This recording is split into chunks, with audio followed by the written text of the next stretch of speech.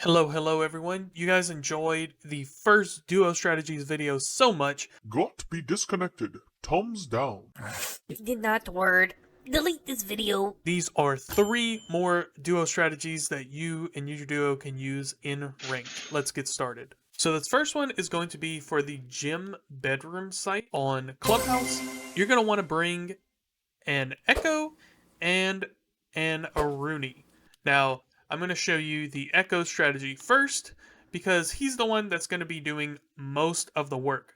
Keep in mind, he's not going to be getting any kills pretty much, so if you want to frag, you go the Aruni, but Echo is the one that's going to be giving all the callouts. So as Echo, your job is going to be to get the Aruni kills. And the way you're going to do this is, well, first, just toss your first drone in sight. That's going to stay here. You come down to strip, use your impacts, break the strip hatch, and then toss your drone right underneath it.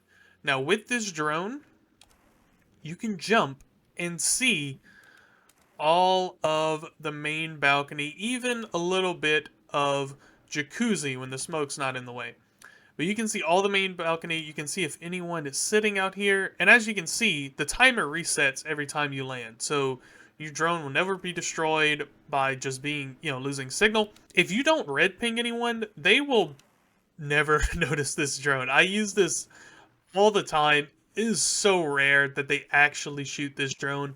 And by the time they do, your strategy will be complete. You will have gotten the kills you need to get. It takes so long for them to notice because it basically makes no noise from this distance when they're over here on the balcony, and it just ensures you free kills because you can give so much intel to your team and especially to the Aruni that you're going to be playing with, and it just makes it such a deadly strategy. So let's see the second half of the strategy and let's see what makes it so deadly.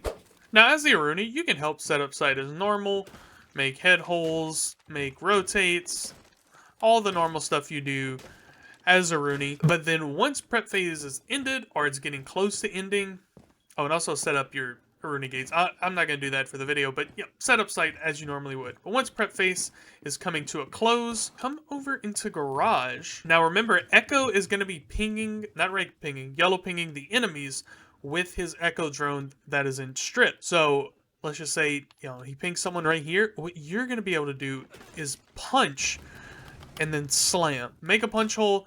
You're going to know exactly where they are, so you can make it in the area you want it to be.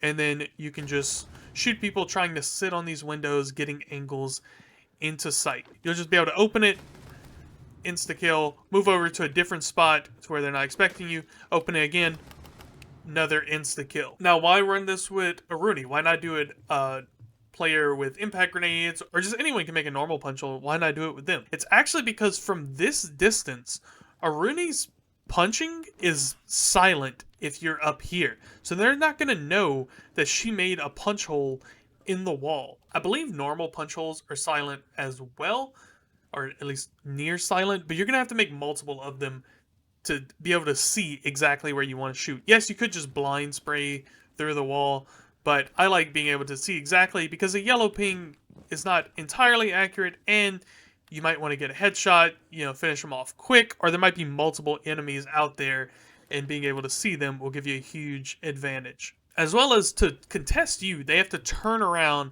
and fire at the garage wall, leaving them open for runouts. You maybe have someone playing in CC, they start shooting at you, they get sprayed through that window. This strategy just has huge fragging potential and is very, very low risk. If they're watching the wall or they're pushing garage, you don't have to run it. You still have 2 great operators on your team. If you get a kill here and then, it's finished, we got the kill, easy. You just come up garage, go through CC, start working your way back to site, clear more enemies out there trying to get through construction or wherever they might be. So that is the Aruni Echo strategy. Let me know what you think of this one. Now let's move on to the next one. This next strategy is for the office master bedroom site on the top floor of Chalet, and you're going to be using Frost and Castle to hold down library and main lobby. Let's get started because this one takes a bit of setup, but is completely worth it. You're going to win a lot of rounds with this one. Let's start off with Castle since he has the most to do. All right, so as Castle, you spawn in, make the normal rotates, you know, all that, make the head holes as quick as possible because you're going to want to head over to the library hallway, toss your first castle on this window. Your second castle is going to go right behind you on the hallway door. And then your last two go on the library windows. These are just time wasting castles or utility wasting. They're obviously going to get broken, but they just make the defenders or make the attackers waste a little bit more time trying to get to you. For your proximity alarms, I like to toss one at the top of these stairs as a distraction, and you'll see why when we get to Frost. But one right there, right here on the lobby stairs, or you can put it on the second one, but I just do the first one, so that way anyone that like snuck through basement, they're going to try and come clear you out this way. You at least know they're there in case anyone's not watching lobby cam or gets destroyed, anything like that. And now either Frost or Castle can do this because they both have a secondary shotgun.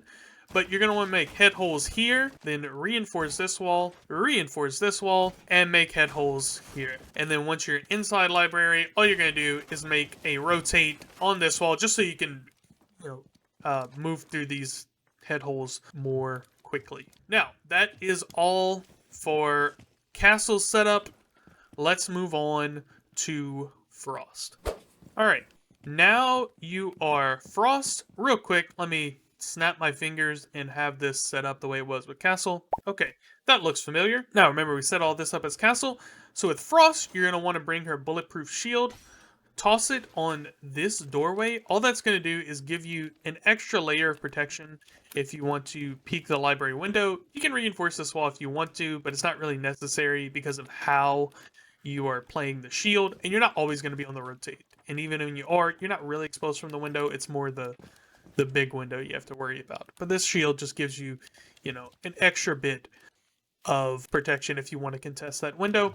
Mostly, you're going to be contesting big window. What you've all waiting for, where do your frost mats go? Well, first one, big window.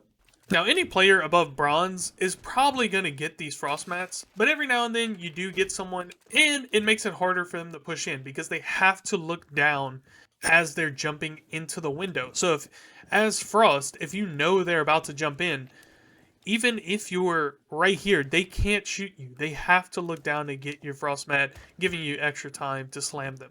And then your last frost mat comes over here, and you're going to want to line it up with the edge of this black floor. So there you go. Like this. Maybe even a little bit further back. But they're going to be coming upstairs before they can even really see it. Proximity alarm's going off when they're like right here. They're like, oh, proximity. Shoot that. Now let me push upstairs. Slammed. Instantly hit the frost mat pretty much every time. And then as Frost, you're playing in library. You just come real quick. They're dead. And this also is a very strong lobby hold. It's very difficult to push you out of this position. It's hard to hit you with like nades or nades or flashes, anything like that. And then also this door is castled off. So if they try and, push in, they flash you, they ying you or something, they try and run in, oh nope, can't do that. And then Castle is going to be playing over here on Mez, looking into big window. Castle is a little bit more free roaming. That's why I didn't say a specific spot for him to play, because he might have to move over here. If they're pushing from below, he might be playing big window. He might be trying to get an angle right here. Maybe they break the castle on the piano window. Now Castle's playing right here. Castle's a lot more fluid than Frost is for this strategy. Frost is mainly going to be defending big window and the library area, specifically this window, but also if they push in from big window, she's also, she's got it right here. So that is the Chalet Frost Castle setup. Let me know what you think about this one as well. Me and my duo run this one pretty much every time we get Chalet. It's really fun to play it because you're in the action the whole time. You're giving callouts to the rest of your team of where you're being pushed from. It's an exciting setup. That's why I like playing it so much. But let's get on to the third and final setup right now. This last strategy is for the archive site as well as the supply room custom site on border. I typically run it as archives because we rarely go the supply room site, but it works there as well if you want to run it. You can run this strat with either Lesion and Echo or Lesion and Mozzie. I prefer Echo because you're guaranteed to have the drone. But let's start off first with Lesion. As Lesion, you're going to spawn in, you're going to run down the main hall, reinforce this right wall just so they can't sit outside with a Chalet and see all the way down the main hall. Then, now you don't even have to waste your impacts. You can use your super shorty, make a crouch rotate right there in the hall, and you're going to be playing the security room. I like to kind of barricade this off sometimes, toss a Lesion right here and play here. If you need to, you have impacts and 2 hatches that you can drop if you want to. I've seen some people do a strat similar to this where they put like feet holes or really like mid-thigh holes along here. I do that sometimes, but it does give the defenders the attackers an angle. If they're all the way back here, they can get a really good angle on you if you're trying to play in this little corner. So I don't typically do that. I just leave the wall soft and spray through it if I need to. But this strategy is all about making the attackers as uncomfortable as possible. And the way you're going to do that is with your Lesion mines. You should have about 2 of them when you spawn in. Toss 1 right here in this corner, and then peek outside. Toss 1 down the hall. That was kind of a terrible one. Let me toss your one in the middle.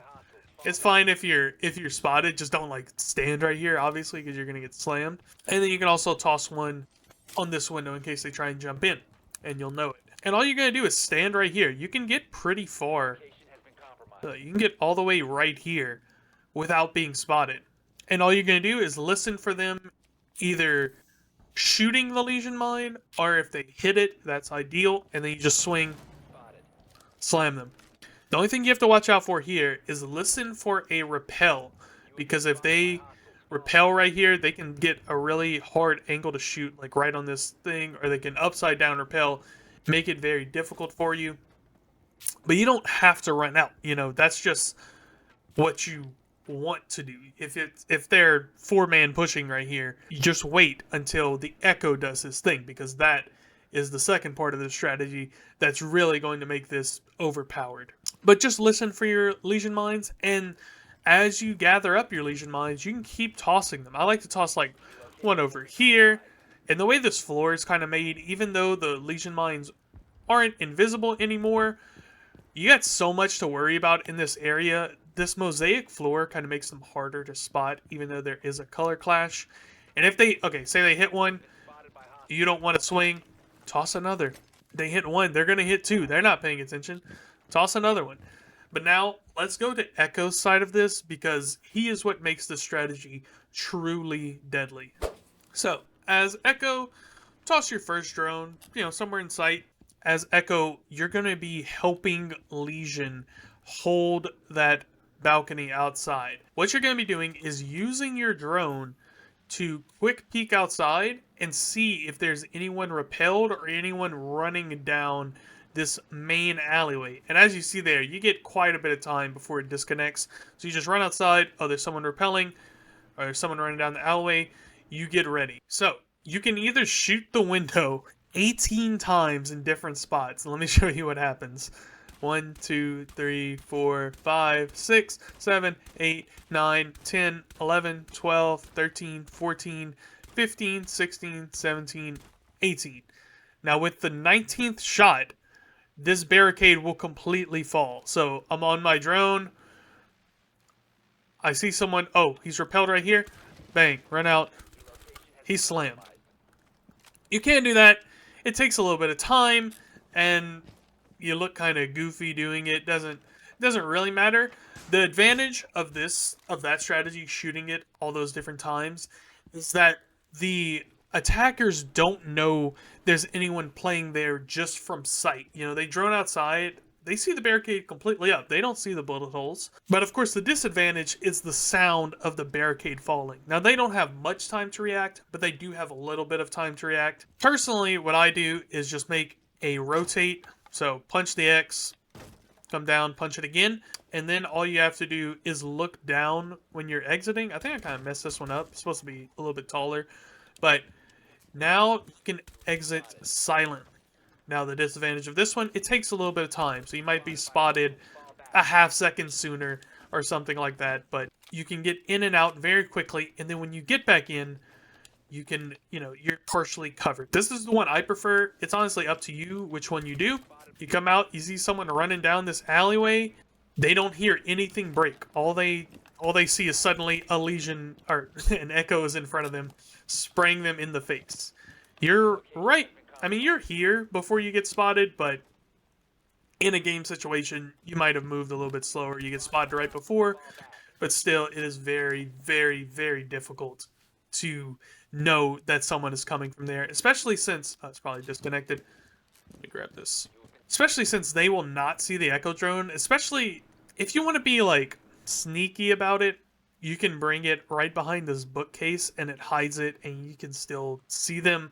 But I've never noticed anyone like seeing the Echo drone. As long as you're not red pinging, you should be fine. They're not going to notice a little Echo drone coming out, which is basically the same color as the floor. You should be fine there. But if you want to be sneaky, you can come behind this bag and look there. But yeah, that is the duo strategy for border.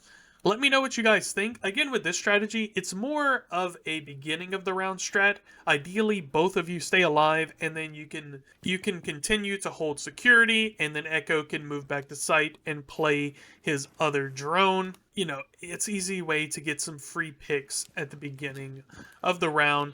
Make the attackers uncomfortable. That's the main part of the strategy. They don't feel safe even being outside, so they have to change up their whole strat, and you're able to get a lot of free kills that way. Well, that's it for the video, guys. Let me know what your favorite strategy I showcased today was, and if this video does well, you guys like the strategies, I'll come back with 3 more in, another week or so. Thank you for watching, and I'll see you next time.